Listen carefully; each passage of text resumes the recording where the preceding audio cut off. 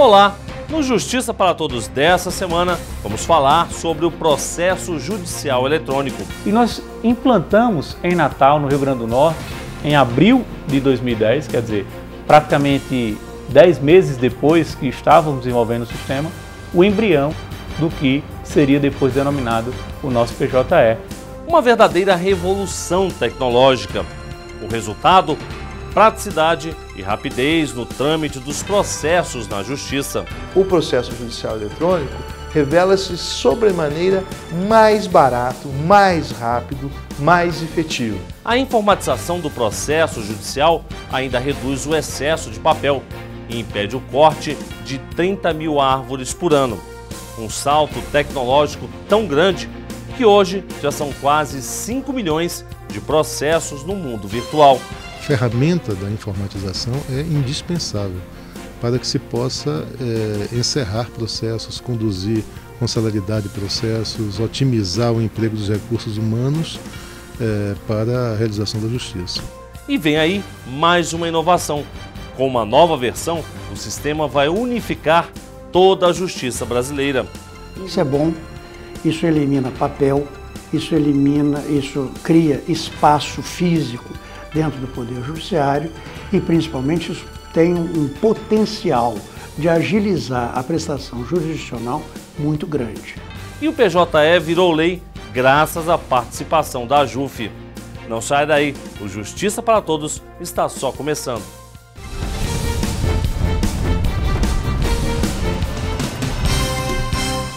A gente abre o programa com um resumo da semana do Judiciário. Confira. A Corregedoria Nacional de Justiça, em parceria com a empresa brasileira de Correios e Telégrafos, lançou no dia 1º de setembro o selo personalizado e o carimbo comemorativo pelos 20 anos da Lei 9.099, que instituiu os juizados especiais cíveis e criminais no Brasil.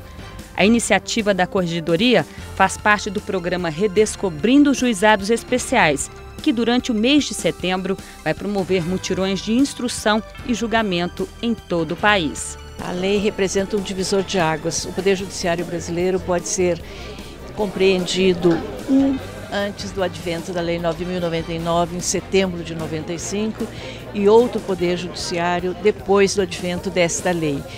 Ele mudou o modo de vida do cidadão. Ele procura os juizados resolver as questões mais pequenas, aquelas que mais incomodam no dia a dia e que transformam a vida da gente, às vezes, em uma grande incomodação. A Lei 9.099, que instituiu os juizados especiais cíveis e criminais, foi a verdadeira, talvez a única grande revolução que houve na estrutura judiciária brasileira, porque ela proporcionou um alargamento das portas do judiciário, ela proporcionou que viessem ao conhecimento do judiciário ações, demandas que antes eram reprimidas, e ela deu efetividade ao Código de Defesa do Consumidor, porque eu creio que se não fosse a possibilidade do cidadão acessar os juizados especiais, que constituem uma forma de justiça simples, ágil, barata, gratuita, célere, se sentiria desestimulado de provocar determinadas demandas, muitas vezes de expressão econômica muito pequena. O Conselho Nacional de Justiça tem 4 novos conselheiros. A posse foi na última terça-feira. O ex-presidente da AJUF, Fernando César Batista de Matos, foi indicado para uma das vagas como representante do Superior Tribunal de Justiça, além do desembargador Gustavo Tadeu Alckmin, o magistrado Carlos Eduardo Oliveira Dias e o procurador de Justiça Arnaldo Rosepian. O mandato é de 2 anos. Fernando Matos é juiz federal da 1ª Vara Federal de Execução Fiscal de Vitória e membro suplente na classe dos juízes federais do Tribunal Regional Eleitoral do Espírito Santo. No Conselho da Justiça Federal, teve assento com direito à voz no plenário e integrou a Comissão Permanente dos Juizados Especiais Federais e o Conselho das Escolas da Magistratura Federal. É mestre em Direito Público e professor de Direito Administrativo. Fernando Matos nasceu em São Paulo em 27 de dezembro de 1973. Uma verdadeira revolução onde a tecnologia impulsionou a justiça em agilidade. Muito mais que isso, PJE, Processo Judicial Eletrônico, Ele gera economia, evita o corte de árvores e o desperdício de papel. É só falar a palavra justiça que logo uma outra palavra vem à mente. Lenta. Muito lenta. Vamos deixar claro que ninguém fica satisfeito quando há demora na solução dos conflitos, não é mesmo? A tão falada morosidade compromete não só a efetivação de direitos, mas também a credibilidade do próprio judiciário. O problema é que as pessoas passam a não acreditar na justiça. Se ela demora demais, não vou mexer com isso, porque não vai funcionar, ou eu vou gastar muito tempo, então as pessoas passam a não utilizar. Isso é ruim para todo mundo, né? Porque a gente tem os nossos direitos. Mas se engana quem pensa que a justiça se conforma com essa situação. A justiça não está de braços cruzados. A justiça, os gestores do judiciário estão fazendo aquilo que, usando de todas as medidas que nós temos hoje disponíveis para efetivamente conseguir a celeridade do processo. Acelerar o andamento dos processos na justiça e torná-la mais acessível ao cidadão. Ações que começaram a ganhar corpo com a aprovação da Emenda Constitucional número 45, em vigor há mais de 10 anos. Ela alterou o artigo 5º da Constituição e estabeleceu: a todos, no âmbito judicial e administrativo, são assegurados a razoável duração do processo e os meios que garantam a celeridade de sua tramitação. A emenda deu o tom para efetivar a informatização no judiciário. A ideia de você ter um sistema que ele dialogue com todas as justiças é um grande desafio que o Poder Judiciário brasileiro está pretendendo estabelecer. Basta que a gente considere que nós temos pelo menos 91 tribunais no Brasil. Não é? Então imagine, além disso, o número de varas, o número de serventias que existem. Então você ter tudo isso interligado numa rede me parece que é um grande desafio. Todo ano, 20 milhões de novos processos chegam ao judiciário. Isso significa o corte de 30 mil árvores para produzir 2.000 toneladas de papel. Tá, só para deixar mais claro, para imprimir 20 milhões de processos, é preciso desmatar uma área equivalente a 27 campos de futebol como esse do Estádio Nacional de Brasília. Em 2009, começou a ser desenvolvido um projeto que iria mudar a cara da justiça, o processo judicial eletrônico. O ponto de partida foi no Tribunal Regional Federal da 5ª Região. O Conselho Nacional de Justiça teve conhecimento que estávamos desenvolvendo esse sistema, veio, através de equipe técnica especializada, conhecer e verificou que dentro dos sistemas que estavam sendo, digamos assim, desenvolvidos para um processo eletrônico, aquele era o que tinha melhor condições. E, então, passou a abraçar aquela ideia. E nós implantamos em Natal, no Rio Grande do Norte, em abril de 2010, quer dizer, praticamente 10 meses depois que estávamos desenvolvendo o sistema, o embrião do que seria depois denominado o nosso PJE. Esse é, digamos assim, o início da história do PJE. Mas qual o impacto no judiciário brasileiro antes e depois do PJE? Para responder isso, ninguém melhor que o idealizador do processo judicial eletrônico no país. Que o lema, quando nós divulgamos o PJE, era: o único papel da justiça agora é julgar. Quer dizer, a ideia inicial de acabar com o papel, né, da gente ter um processo totalmente eletrônico e, com isso, a gente poder otimizar os mais diversos atos processuais, como, por exemplo, o próprio sistema emitir certidões de decurso de prazo, o próprio sistema abrir prazo para as partes, o próprio sistema, na verdade, disponibilizar os autos com vista. Né? Então, a gente deixou de ter aquelas prateleiras abarrotadas de autos, né? E passou, no caso, a ter tudo eletronicamente, dentro dos nossos servidores, né? Dentro dos computadores, e isso aí realmente veio a otimizar o andamento dos feitos. Nós temos a eliminação de entraves burocráticos e pessoais necessários à tramitação do processo de papel que deixam de existir num processo judicial eletrônico. Nesta linha, o processo judicial eletrônico revela-se sobremaneira mais barato, mais rápido, mais efetivo. E é, sobretudo, um dos caminhos para a melhoria do processamento judicial e pelo combate à morosidade no Poder Judiciário.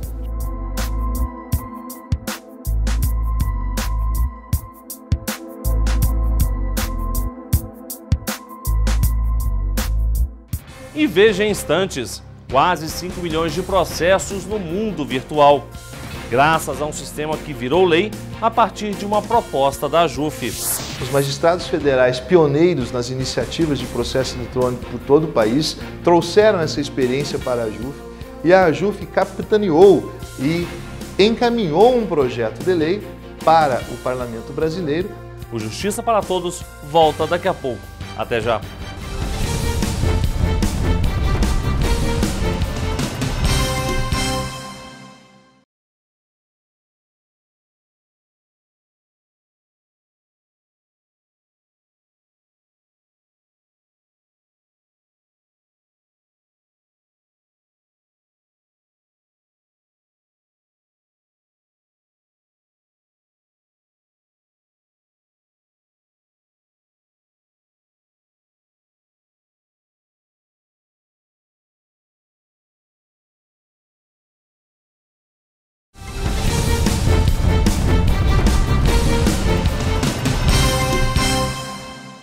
O processo judicial eletrônico mudou completamente o cenário do judiciário brasileiro.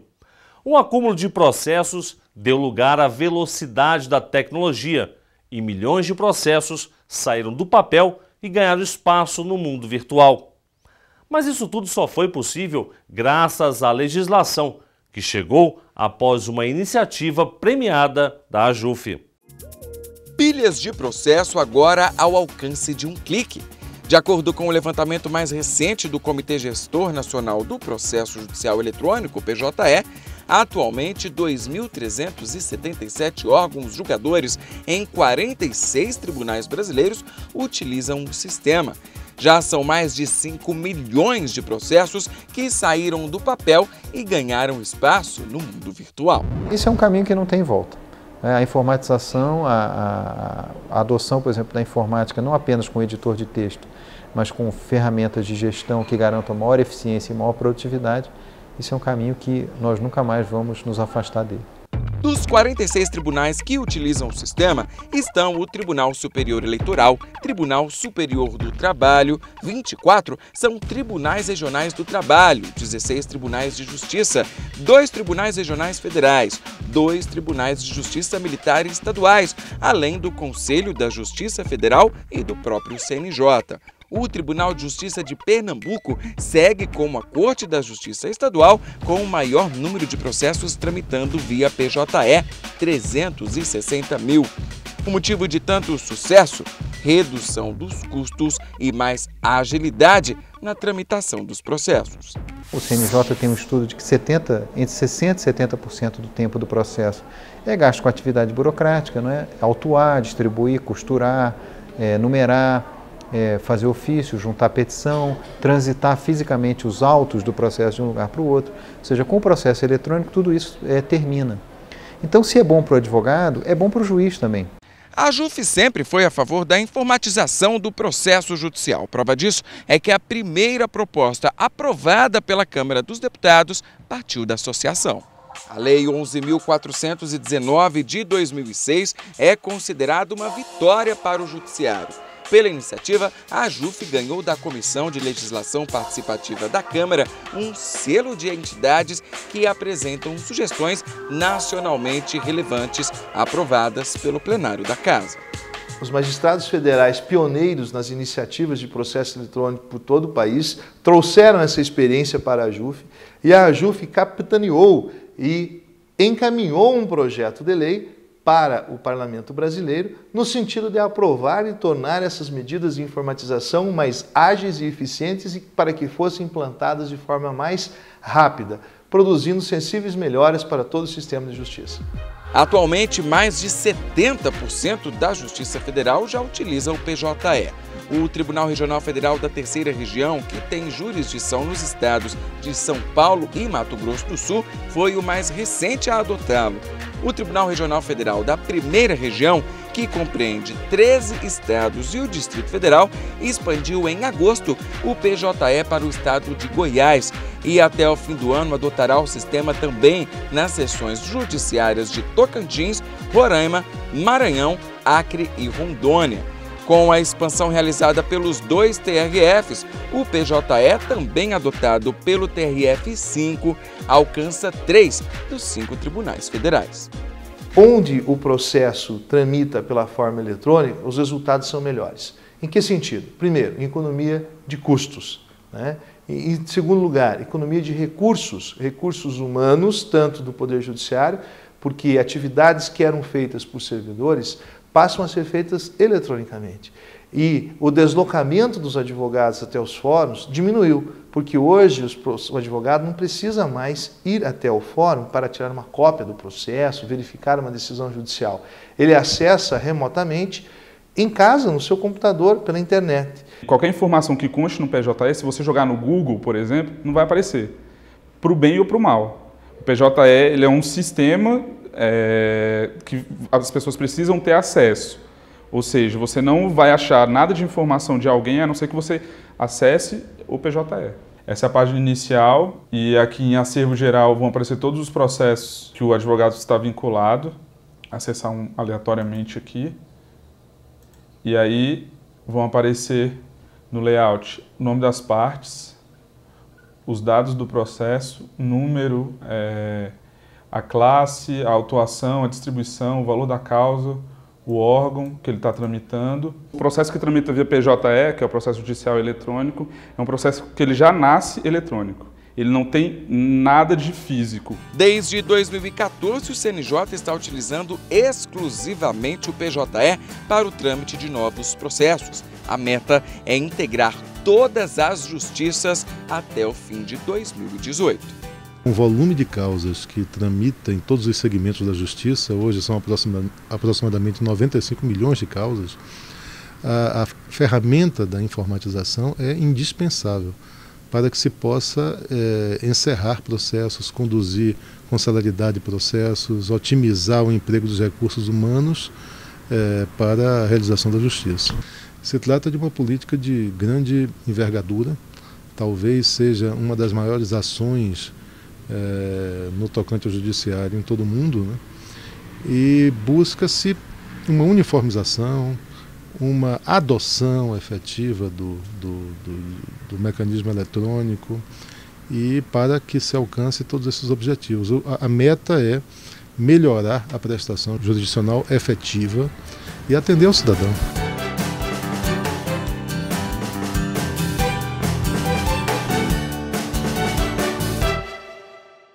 Confira no próximo bloco uma nova versão do PJE que promete unificar a justiça brasileira. A versão 2.0 ela tem uma mudança um pouco mais paradigmática porque ela buscou criar módulos, de certo modo, conectados, mas independentes. O Justiça para Todos volta em instantes. Até já!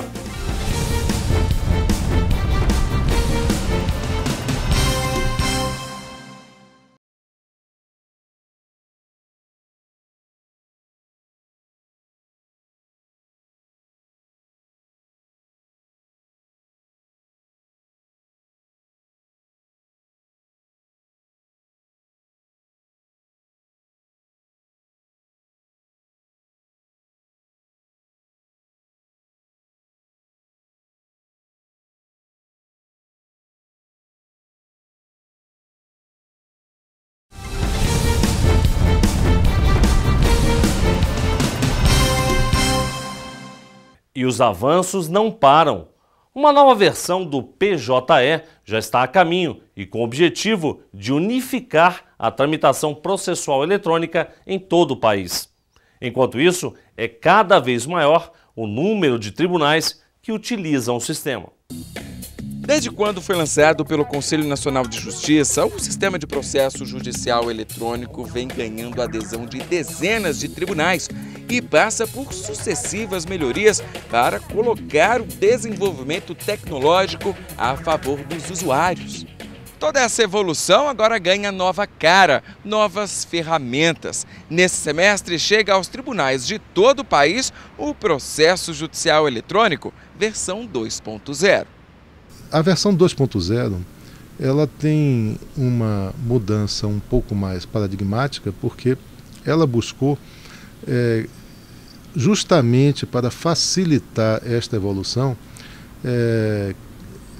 criar módulos, de certo modo, conectados, mas independentes. De maneira que uma alteração em uma determinada funcionalidade não precisaria afetar todo o sistema.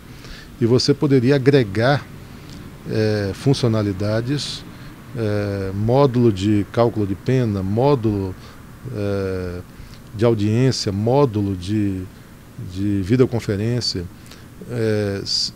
de uma forma que a evolução pudesse se dar em cada módulo, destes de uma forma muito mais célere e sem tanto esforço. Entre os principais avanços da nova versão estão a revisão de arquitetura, a unificação de versões, a revisão da usabilidade e padrão de acessibilidade para pessoas com deficiência, assim como um modelo de desenvolvimento colaborativo. A versão ela muda um pouco a arquitetura do sistema, mas nós podemos dizer que as funcionalidades vinham sendo introduzidas e estão continuando a ser introduzidas na nova versão também.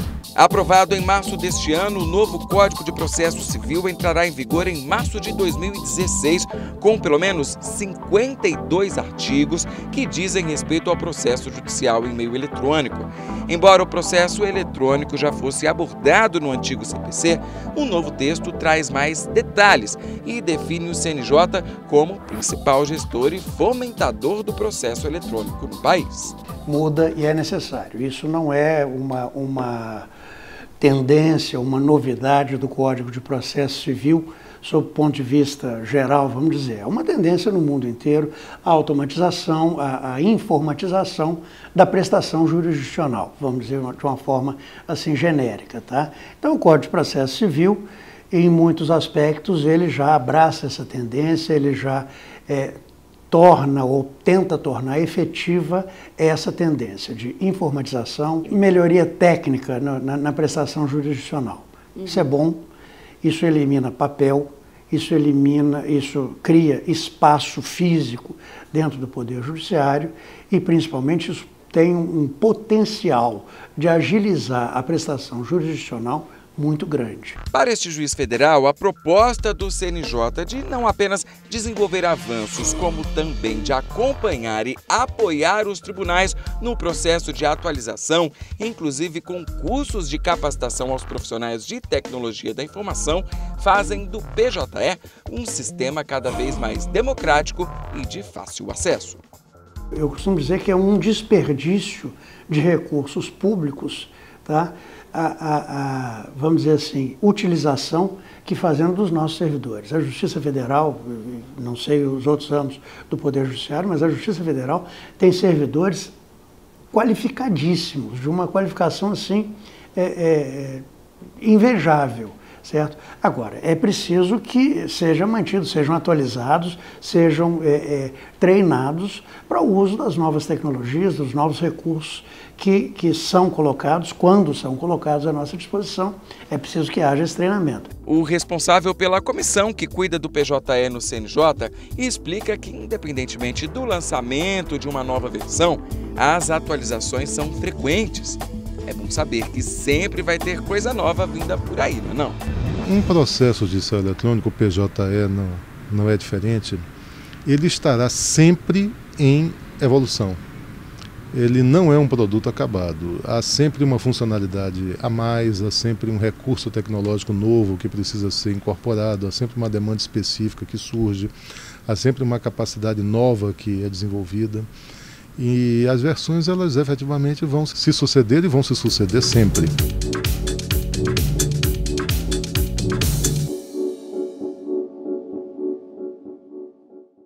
O Justiça para Todos de hoje termina aqui. Participe enviando a sua sugestão para o e-mail imprensa@juf.org.br.